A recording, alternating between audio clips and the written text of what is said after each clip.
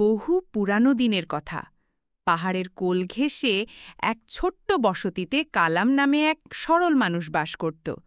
বয়স ৪০-এর কোঠায় হলেও জীবনের কঠিন সংগ্রামে তার চেহারায় বয়সের চেয়ে বেশি ছাপ পড়েছিল। কিন্তু তার চোখে ছিল এক গভীর প্রশান্তি, যেন পৃথিবীর কোনো দুঃখই তার অন্তরের শান্তি কেড়ে নিতে পারে না। তার একমাত্র ভরসা ছিল মহান আল্লাহ। কালাম ছিল অত্যন্ত হার্ডওয়ার্কিং এবং অল্পে তুষ্ট একজন মানুষ। সারাদিন কঠোর রোদে অন্যের ছাগলের পাল চড়াত, কিন্তু নিজের ভাগ্য নিয়ে তার কোনো অভিযোগ ছিল না। সে বিশ্বাস করত আল্লাহ প্রত্যেকের জন্য তার কর্ম অনুযায়ী প্রতিদান নির্ধারণ করে রেখেছেন। মানুষের দায়িত্ব কেবল সবর এবং সততার সাথে পরিশ্রম করে যাওয়া।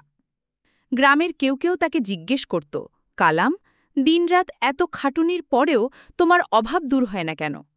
কালাম মৃদু হেসে জবাব দিত, ভাই, আসল দারিদ্র তো অন্তরের, যেখানে ধৈর্য আর কৃতজ্ঞতার অভাব।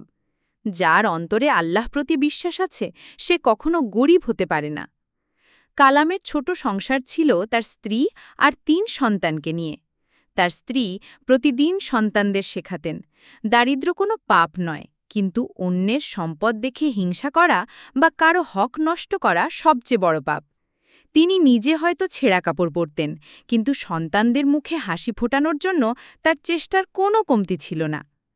কালামের বড় ছেলেটি বাবার কষ্ট লাঘব করতে তার সাথে ছাগল চড়াতে যেত। সে প্রায়ই জিজ্ঞেস করত, আব্বা, আমাদের দিন কি কখনো ফিরবে?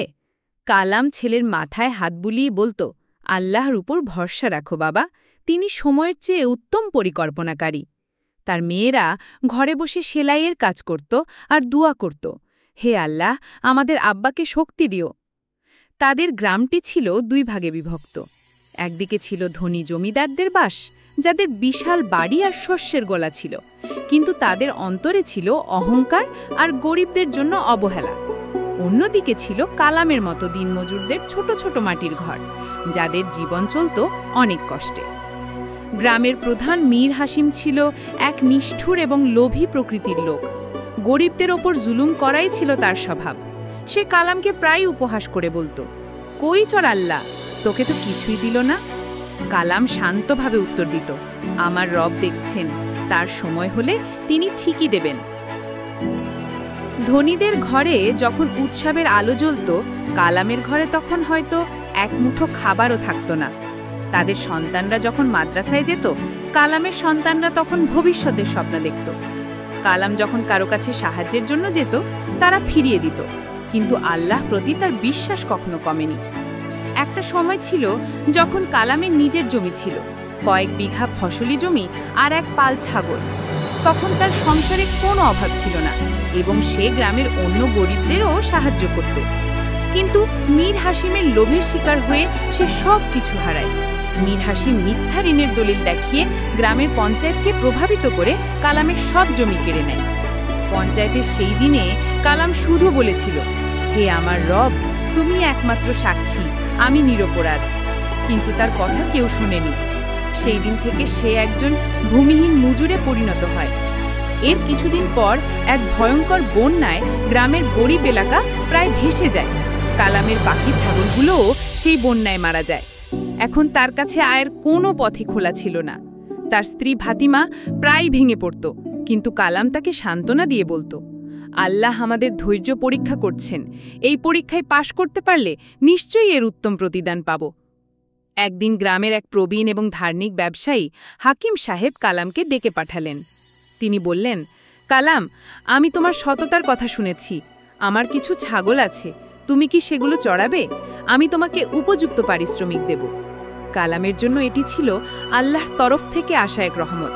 সে পুরি সততার সাথে তার কাজ করতে লাগল। কিন্তু একদিন এক ভয়ঙ্কর ঝড়ে তার চড়ানো ছাগলের পাল দিকবিদিক হারিয়ে গেল। অনেক খুঁজেও সে সবগুলো ছাগলকে একসাথে করতে পারল না। ভয়ে ভয়ে সে হাকিম সাহেবের কাছে গেল এবং সব খুলে বলল। গ্রামের ধনীরা এটা নিয়ে হাসাহাসি শুরু করল। মীর হাসিম বলল, এবার তোর কি হবে? তোর আল্লাহ তো তোকে বাঁচাতে পারল না। কালাম তখন কঠিন সময়, একদিকে ছাগল হারানোর ভয়, অন্যদিকে সন্তানদের ক্ষুধার্ত মুখ।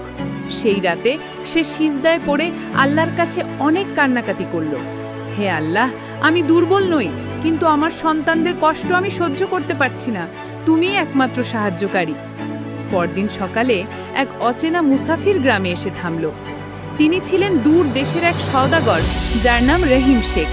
তিনি একজন সৎ সহযোগী খুঁজছিলেন। গ্রামের লোকের কাছে জিজ্ঞাসা করে তিনি কালামের সততার কথা জানতে পারলেন। তিনি কালামের কাছে গিয়ে বললেন, আমি তোমার সততার কথা শুনেছি, আমি আমার ব্যবসার অংশীদার হিসেবে তোমাকে নিতে চাই। কালাম অবাক হয়ে বলল, হুজুর, আমি তো একজন সাধারণ গরিব মানুষ।